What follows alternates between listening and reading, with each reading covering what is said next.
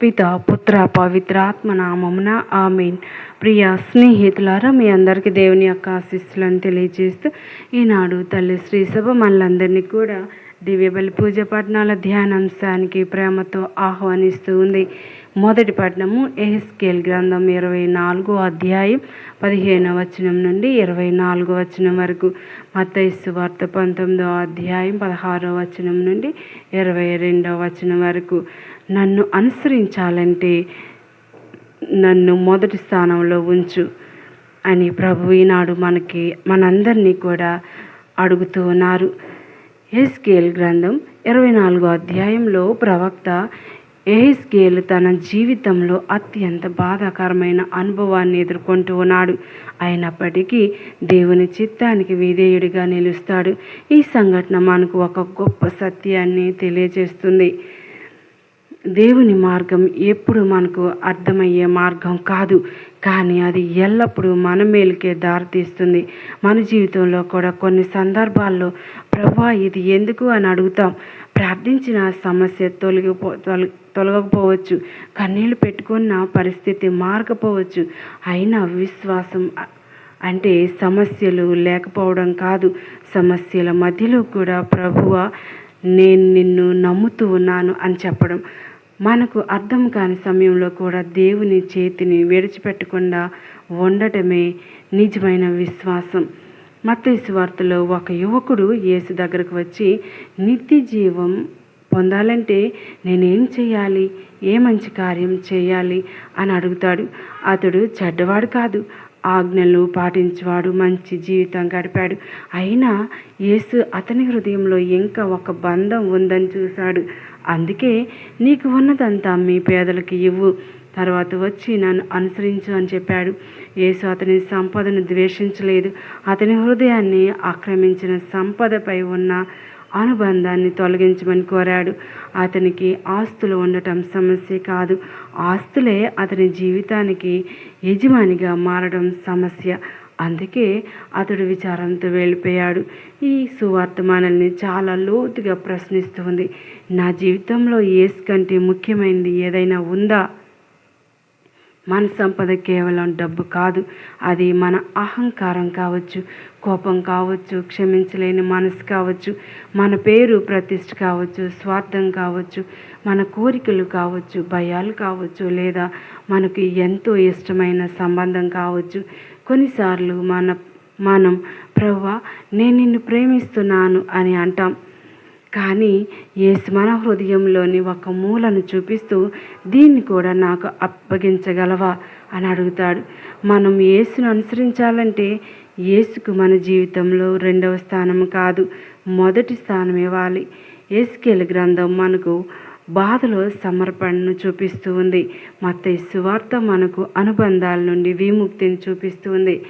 రెండు కలిసి ఒకే సంబంధాన్ని ఇస్తూ ఉన్నాయి. దేవుడు నీ జీవితంలో అన్నిటికంటే మొదటి స్థానంలో ఉండాలి.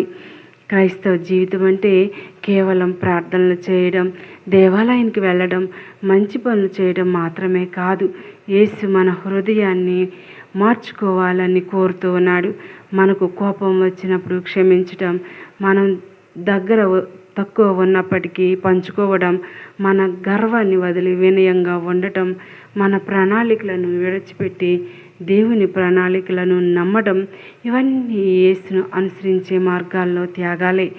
మన చేతుల్లో ఖాళీ చేసినప్పుడే దేవుడు తన కృపతో వాటిని నింపగలడు. ఈ సువార్తలో అత్యంత బాధాకరమైన విషయం ఏంటంటే, ఆ యువకుడు యేసును కలుసుకున్నాడు. యేసు ప్రేమతో అతన్ని చూశాడు, కానీ చివరికి విచారంతో తిరిగి వెళ్ళిపోయాడు. యేసు ఈరోజు మనతో కూడా మాట్లాడుతూ ఉన్నాడు. నన్ను పూర్తిగా అనుసరించకుండా నిన్ను ఆపుతున్నది ఏమిటి? మనం యేసును ప్రేమిస్తున్నామని చెప్పడం మాత్రమే కాదు, ఆయన కోసం ఏదైనా విడిచిపెట్టడానికి సిద్ధంగా ఉండాలి. మనం యేసు చేతుల్లో ఏది సమర్పించినా ఆయన దాన్ని ఆశీర్వదిస్తాడు. మనం ఆయన కోసం కోల్పోయిన దానికంటే ఆయన మనకు ఇచ్చేది ఎంతో గొప్పది. అందుకే మన హృదయంతో ఎలా చెబుదాం, ప్రభువా నీవే నా సంపద, నీవే నా ఆనందం, నీవే నా జీవితం, నిన్ను మించినది నాకు ఏది వద్దు. కళ్ళు మూసుకోండి, ప్రార్థన చేద్దాం. దయగలిగిన తండ్రి, ప్రేమ కలిగిన యేసయ్య, ఈరోజు నీ వాక్యం ద్వారా నా హృదయంలో మాట్లాడినందుకు నీ కృతజ్ఞతలు. యేసుకేలు వలె బాధల మధ్య కూడా నిన్ను నమ్మే విశ్వాసాన్ని నాకు ప్రసాదించు ప్రభువా. ధనవంతుడైన యువకుని హృదయంలో ఉన్న అనుబంధాన్ని నీవు చూసినట్లే నా హృదయంలో ఉన్న అనుబంధాలను కూడా చూడు. నిన్ను ప్రేమించి స్థానం ఏదైనా నా జీవితంలో ఉంటే దాన్ని నాకు తెలియచేయి యేసయ్య. నా అహంకారాన్ని తీసివేయి, నా కోపాన్ని తీసివేయి, నా భయాన్ని తీసివేయి, నా స్వార్థాన్ని తీసివేయి. క్షమించలేని నా హృదయాన్ని మార్చు.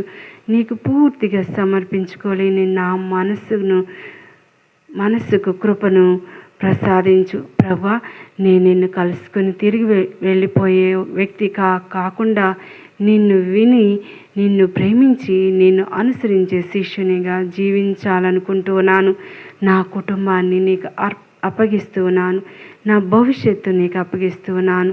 నా బాధలు, కన్నీళ్ళు, కలలను, కోరికలను నీ చేతుల్లో ఉంచుతున్నాను యేసయ్య. నీవే నా జీవితానికి మొదటి స్థానం. నీవే నా బలం, నీవే నా ఆశ, నీవే నా సంపద, నీవే నా నిత్య జీవం. నిన్ను మించినదేది నేను ఎన్నుకోకుండా ప్రతిరోజు నీ వెంట నడిచే కృపను నాకు ప్రసాదించు నా ప్రభువా. అన్నీ తీసుకో, కానీ నన్ను మాత్రం నీ నుండి దూరం చేయకు. ప్రియమైన సహోదరి సహోదరులారా, ఈనాడు ప్రభుని ఎక్కువగా అధికంగా ప్రేమించడానికి ప్రయాసపడదాం. మన జీవితాలు ఆయన కృపతో నింపబడునుగాక. ఆమెన్. పిత, పుత్ర, పవిత్ర ఆత్మ నామమున amen. God bless you all.